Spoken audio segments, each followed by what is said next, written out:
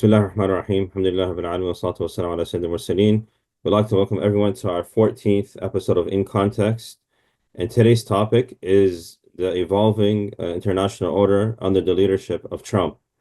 And we'll go right into it. And the first question I'd like to ask, Adi Brother Ihab, is, many people, when Trump became president, they were thinking about a better economy, better stock market, internationally and locally.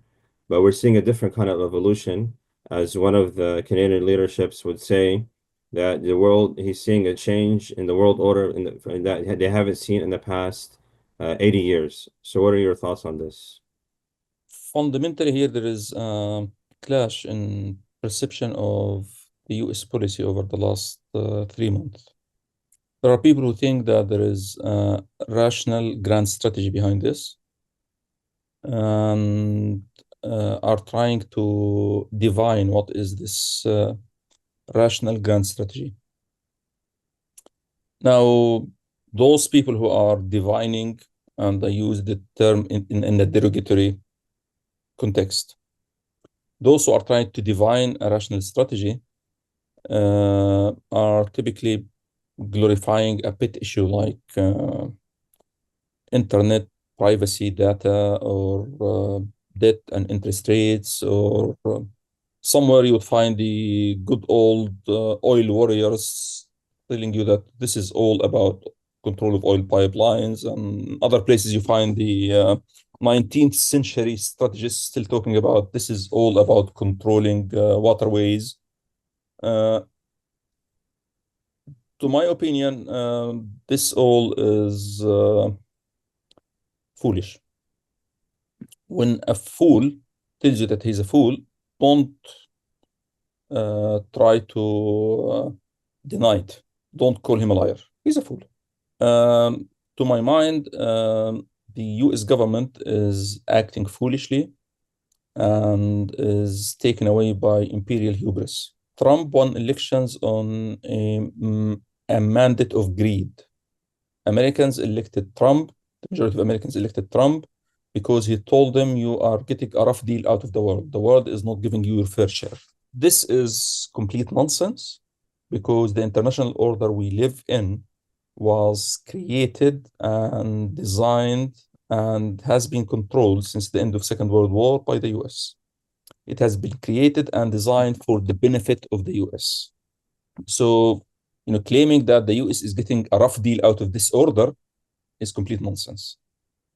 Republicans have had this tradition since I have starting, watching the world in the 80s, of claiming this periodically, but they made these claims with a strategic in a strategic sense, meaning what they were saying is the functioning of the international order depends on the willingness and continued engagement of the US. So every so often they would say, well, we want another peace. We don't have enough. We want another peace. And they would threaten the whole world, hold the whole world to ransom. We're going to withdraw our funding to the United Nations. We're going to withdraw our funding to this. We're going to stop doing that on a selective basis, but not on a wholesale basis that threatens the foundations of the order itself and threatens trust in the order itself. What Trump is doing now is too crass, too crude, too wide-ranging to be just a negotiating tactic. He might think so. Actually, I believe he thinks so. So Trump, for example, thinks that in slapping tariffs over the Heard and McDonald Islands, if you don't know what is that, these are islands in the South Seas populated by penguins only. And he just slapped them with 10%, the penguins, with 10% tariff. Anyway, so in slapping the whole world with tariffs, he thinks to his mind that he is the great deal maker, the great negotiator, and he is creating a negotiating capital by holding the world to ransom. And then he can negotiate down from this capital and get concessions from the whole world. And that aligns with his promises to his greedy voters that I'm going to get you money out of the world because the world owe you money. That's why he is going about saying, well, actually, see, Vietnam has agreed to negotiate with us. So that being said, then, so that the what the grand strategy may seem like for many is that this is the long-term plan, that he's doing this, the tariffs and the other things, so they win in the long term. No, what I'm saying is he thinks this is a grand strategy. That's not a grand strategy. This is, retail politics or retail capitalism. So when you slap the whole world with tariffs and then try to negotiate with Vietnam to get a better deal out of Vietnam, which is really hard to imagine, or negotiate with China, or negotiate with Panama, or negotiate with the McDonald Islands, this is retail politics. This is not grand strategy. And actually, it is causing serious damage to the infrastructure of the international order. So the US created an international order that is uh, part political, part economic, and part cultural, that depends on US supremacy and is built around a US architecture, the United Nations. This order is dominated by a Western colonial alliance headed by the US. Trump is undermining the alliance by what he is doing in Ukraine, by threatening NATO, by talking about withdrawing from NATO, by talking about occupying Greenland. These are all attacks on the political military side of the Western alliance that maintains and enforces the international American order. Now he is also attacking the the underlying economic theory. The underlying economic theory is trade is good. The tariffs and taxes and barriers are bad. Protectionism is bad. Actually, if you want to go to the last time, international trade policies were based on exchanging threats of tariffs. That was the late 20s, early 30s. And the British imperial order was collapsing and was trying to protect itself by imposing tariffs on the world imports into the British imperial order to create preferential market for its own colonies. Britain collapsed as the organizing power of the international order after 10 years after that.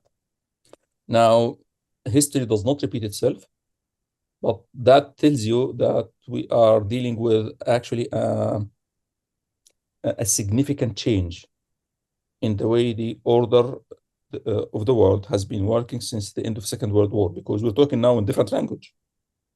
This is interwar language. Trump might think that this is great and good retail politics inside the US and good and retail international politics, but that's because he is a real estate con artist. So he is about the next con. He's not a strategist. And the people who are claiming there is a grand strategy are reading too much into the foolishness of greed. Yeah, so there's two components. So one component is that you said, when a fool says he's a fool, then he's a fool. But do those in the government, why would they allow such things to continue on, knowing that this can have long-term losses economically and politically? So the Republican Party right now is in a dysfunctional state. The Republican Party, after Trump left government, was in the mode of we need to move past Trump. Trump has damaged the party. The party needs to regain its respectability. But it did not hold the line because they looked at elections and said, okay, so we have two options: lose elections and sit outside government for 4 years, and that means that we do not have access to all the goodies we are in business to get, and our friends don't have access to them. And also, more officially, at least that's the official line, we cannot rely on being in power to renew the blood and the organizations of the party. Or we hold our noses and go along with Trump. So they decide to hold their noses and go along with Trump. Problem is, Trump is deeply corrupt. He promotes a lot of corrupt, incompetent people because of their loyalty to him. So that is actually undermining the political process.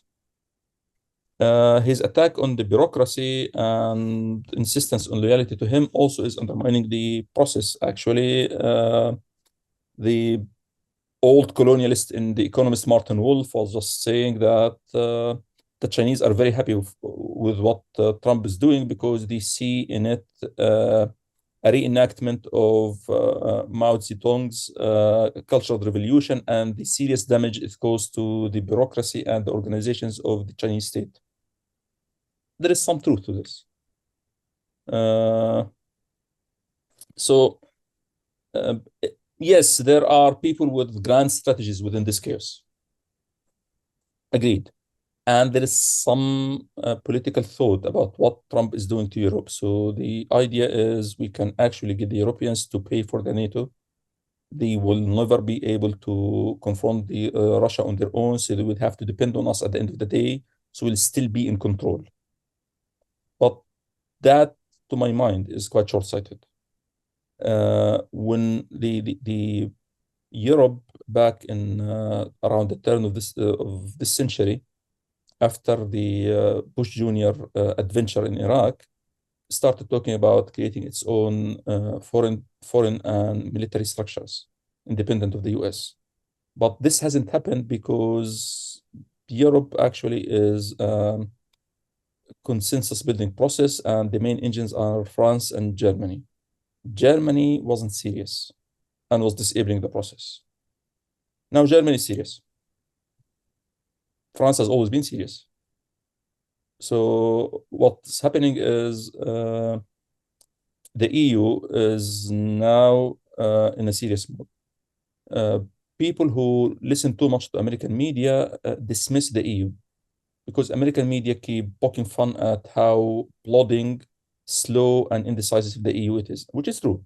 But it's also quite systematic, and it's up getting places.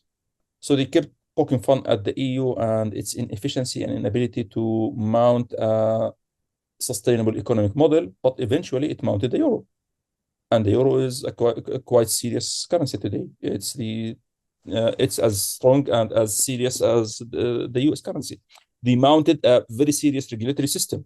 So if you look carefully today at the economic system in the world, it's actually the EU that regulates the economic system, not the US. And that has been happening for the last about 10 years. So if you read too much US media, you discount the EU, and that would be wrong. It is slow, it is plodding, it goes in about 20 different directions, but eventually it agrees on something and moves on. And it's usually something that makes sense. So it would be wrong to discount it. And the fact that Germany now is on board means that this will get places. There is also this strategic conception in the US that the next battle for the continuous supremacy of the US and whatever part of the Western alliance will remain around it is going to be in East Asia, and it's going to be against China. And as a result, we need to switch our attention and our focus to East Asia, and we can discount the old continent. This, in my opinion, is complete nonsense. Europe and the Middle East have been the center of the international order for the last millennia. This is not about to change. Get a life. So then that being said, so the idea that the tariffs and all these things they're doing will cause leverage is incorrect. It is correct. It causes leverage, but the issue is you need to distinguish between short-term gains and medium and long-term damages. So yes, Trump has created leverage with Vietnam. He hasn't created leverage with China because China slapped him back with 34% tariff. And then he came out saying, well, China did a bad move. It hurt itself. Really? And then he came again, second time in a day, saying, well, actually, I'm willing to let TikTok along if China will play along with me on tariffs. So it seems that he's having second thoughts on his threats. So yeah, that may work in some cases. It may not work in other cases. On average, it may create some gains to the US government. It will not create any gains to US economy as a whole, and the US government in the end taxes US economy. So in the end, in the grand scheme of things, it may not be a net gain to even US government on the short term, but it definitely is a net loss in the medium and long term because the US is undermining its own order. That is great news for humanity. It's bad news for greedy Americans who voted for Trump. Yeah, so for those so that being said then, does this give the opportunity for competitors around the world to get more involved and under downplay the imperial power of the US? Well, yes, but there are a bit more details on this. So while Europe wants to compete with the US, it wants to compete with the US while maintaining the dominance of the Western alliance over the existing international order. So Europe needs to play a very complicated dance or make a very complicated dance. They want to create a separate entity within the international or within the Western alliance while maintaining the integrity of the Western colonial order. China, on the other hand, wants to break up the Western dominance of the international colonial order and to create a place for itself. So it's trying to come from the outside. So they don't have the same agenda. Trump and his grand strategists and those who divine grand strategy for him from the outside, from their armchairs, think that actually Europe cannot stand on the side while the US confronts China. I'm not sure about that. Hmm. And actually, China is also not sure about that, and it's making overtures to Europe. Now, it is true that Europe, which is correct, thinks that it's to its advantage to maintain the Western alliance, even if the US is not putting in it as much as it used to, even if the US is trying to blackmail them. They may think that they have advantage in this, but that they are not blind, and this is a calculation. So do you think that if these losses do come about in the near future, within the next couple of years, that the US can recover from such setbacks? Yes, So that the US has been dominating the world international order for 80 years. It has accumulated a lot of wealth. It is very powerful internally. It has a lot of agents and allies. It is the largest military power in the world. So I'm not saying that the US has expired and the news of the US international order death are greatly exaggerated. Okay. However, uh, after uh, Trump's adventurism, oh sorry, Bush Jr. Colonial adventurism at the turn of the century, the US lost or went down a peg. Before that, nobody could even dream of challenging it. Since then, there have been pretenders to challenge it. But these pretenders were just planning being able to challenge it at some point in the future. Now, those pretenders are seriously thinking about challenges in the near future. So what happened is it went the US is going down another peg in the international order. It's still on top, but it's going down another step. Whether it keeps going down or not, I hope so, for the sake of humanity. yeah, so we mentioned the economic effects, the political things within the state, but how about the third thing you mentioned? How is this culturally affecting the US internationally? The US has always maintained pretense of being a force for good in the world order. I think first, the aggressive posture of the US to the world under Trump. Second, the massacre they have been committing in Gaza for the last 18 months have been damaging to this picture. Uh, Movies and art and culture could help create the pretense or image of force for good. But even foolish people who believe these kinds of things also have eyes and are human and can see that this doesn't make sense. So that also is shaking, which again is a good thing for humanity. So then with these changes happening, um, And these yani short-term gain, even but let's put aside that those who want good, but those who are want to Trump for the greedy purposes and for personal gain, when they themselves see those losses, do you think this will have a national impact on them also You mean in the US? in the US? Well, the US politics are a short-term issue. Like one of the factors that helped Trump win was the fact that there was inflation in 2021, and the after effect of this inflation was still with us during elections, even though it has abated by then. So it's more short term. And what that means is Trump right now is causing serious damage in the economic damage in the US.